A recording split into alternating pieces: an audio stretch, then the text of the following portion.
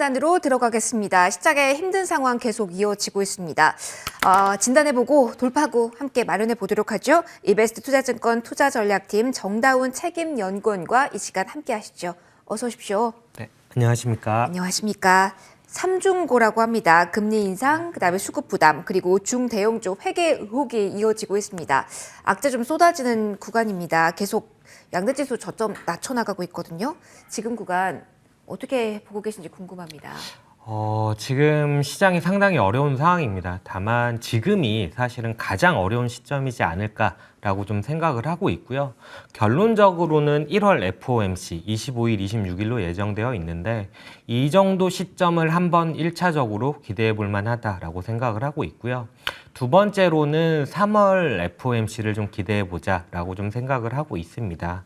그 이유가 무엇이냐라고 봤을 때 1월 FOMC 같은 경우에는 첫 번째 이제 올해 들어서 첫 번째 FOMC로 좀 예정이 되어 있는 상황인데 이 시점에서 통화 정책에 대한 전환 우려가 좀 가속화될 만한 우려가 좀 많이 높아져 있는 상황이거든요.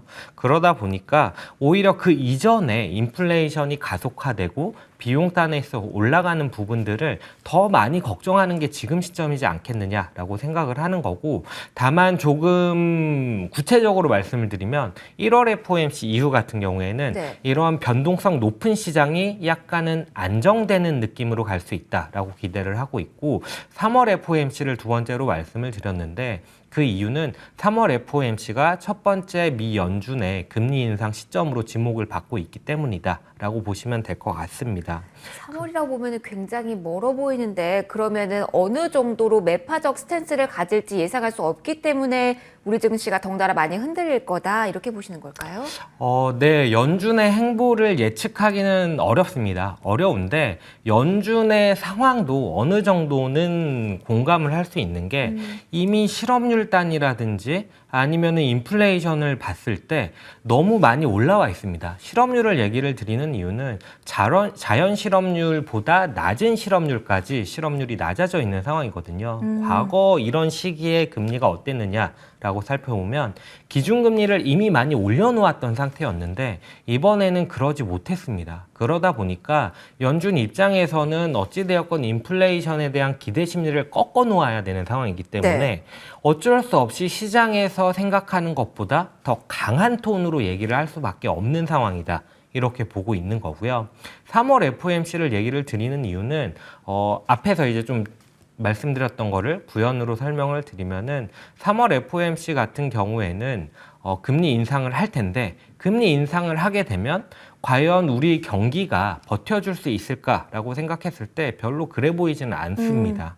특히 왜 그러냐면은 코로나 이전 시점에서도 우리가 항상 얘기했던 게 저성장 저금리 이런 얘기들을 해왔었는데 과연 코로나가 끝나고 나서 통화정책을 조이는 상황에서 과연 성장을 기댈 만한 요인이 뭐가 있을까라고 생각해 보면은 크게 없어 보인다라는 거고, 그러면 결국 통화정책을 강하게 조여왔던 것들을 지금 나오는 뭐 6번에서 7번 금리 인상을 한다는 그런 얘기까지는 좀 어렵지 않을까 이렇게 좀 판단하고 있습니다. 계속 우리 시장을 짓누를 수 있는 악재성 이야기를 해주고 계셔서 어렵겠지만 저희 함께 해주고 계신 분들이 채팅창에서 그러면 하단이 어느 정도 선이냐, 지수로 본다면 어느 정도에서 저점을 마련할까 많이들 궁금해하시네요. 지금 구간에서 더 밑으로 봐야 되나요?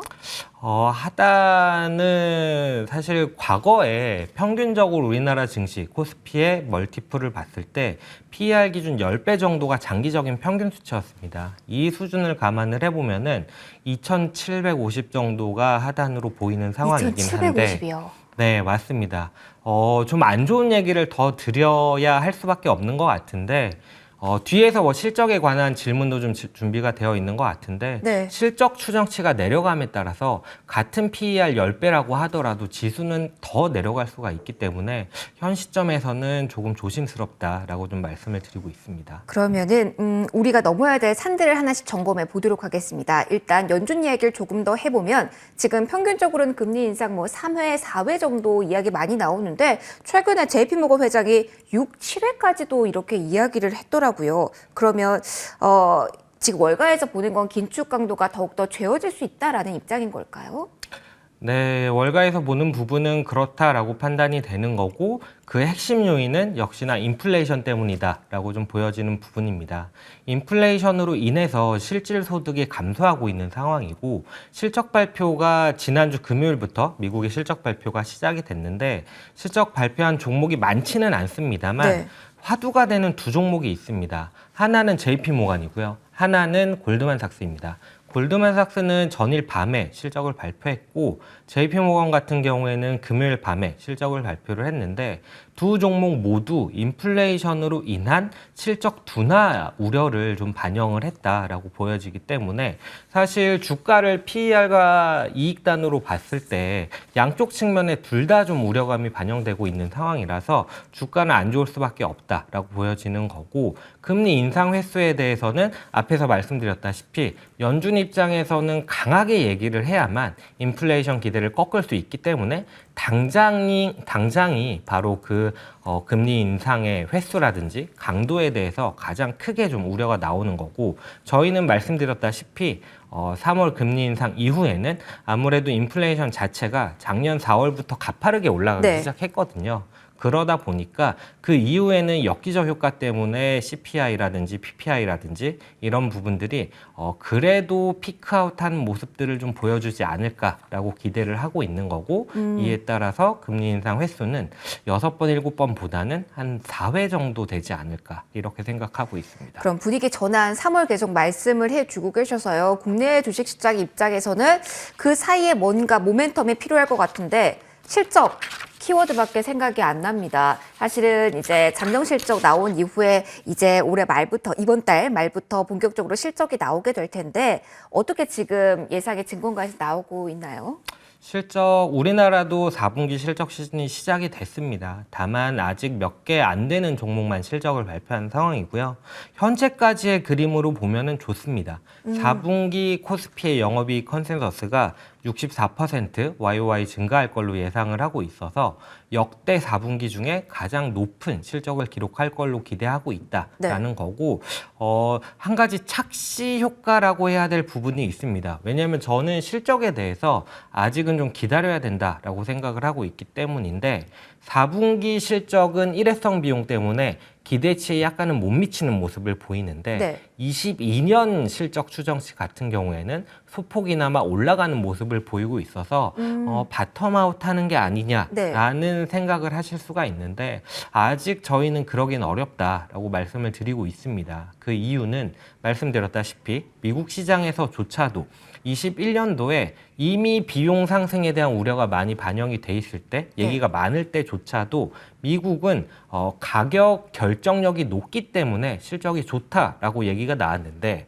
그 가격 결정력이 좋은 미국조차도 4분기 들어서 실적이 약간은 둔화되는 슬로우해지는 느낌을 받고 있다라고 생각을 해보면은 우리나라 역시도 비용 상승에 대한 우려로부터 자유롭기는 힘들다. 라고 보여지는 거고 특히나 22년도 같은 경우에는 잘 알고 계시다시피 통화정책 전환 우려가 있기 때문에 불확실성이 상당히 좀 높은 시기입니다. 그러다 보면은 기업 입장에서는 최대한 보수적으로 비용을 반영을 해야만 22년도에 대한 그 대비가 될 수 있기 때문에 이 4분기 실적 같은 경우에는 아무래도 일회성 비용이 더 많이 나올 수 있고 22년도 연간 실적 전망치에 대해서 약간은 톤다운하는 조정하는 계기가 되지 않을까 이렇게 좀 판단을 하고 있습니다.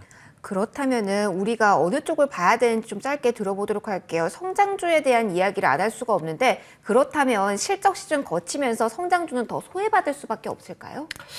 실적 시즌에서 사실 가장 중요한 거는 당연히 실적이죠. 실적이고 앞으로의 실적 가이던스를 어떻게 내놓느냐.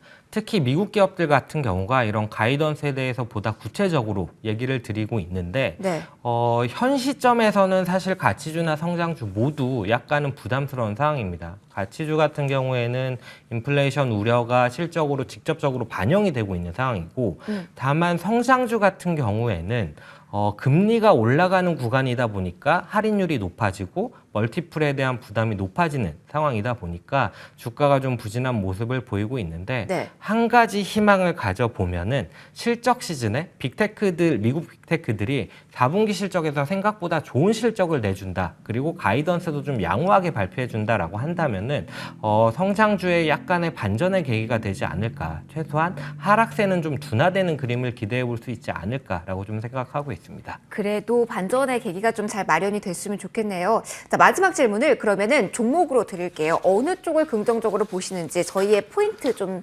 압축해 주신다면요. 예, 저희가 22년도 코스피에 대해서 상단을 좀 제한시켜 놓고 보고 있기 때문에 중소형주를 좀 보고 있습니다. 중소형주 중에서도 이익 안정성이 높은 종목들을 많이 보자라고 말씀을 드리고 있는데 저희 하우스에서 중소형주 담당하시는 분이 네. 이런 종목들을 많이 커버를 하시거든요. 그래서 그 종목들 중에서 그래도 약간의 이익 안정성이 높은 종목들 중에서 그래도 반전의 계기가 있을 만한 실적이 조금 좋아질 만한 네. 종목들을 선별해 나가자라고 말씀을 드리고 있는데 네. 사실 정말 편하게 말씀을 드리면은 주가가 빠졌을 때 마음 놓고 더 살 수 있는 종목 중심으로 컨빅션이 높은 종목 중심으로 가야 되지 않겠느냐 이렇게 좀 말씀을 드리고 싶습니다. 네, 알겠습니다. 중소형주에 대한 시선 집중해 보자라는 조언 주셨습니다. 지금까지 이베스투자증권 정다운 책임연구원과 함께하셨습니다. 고맙습니다.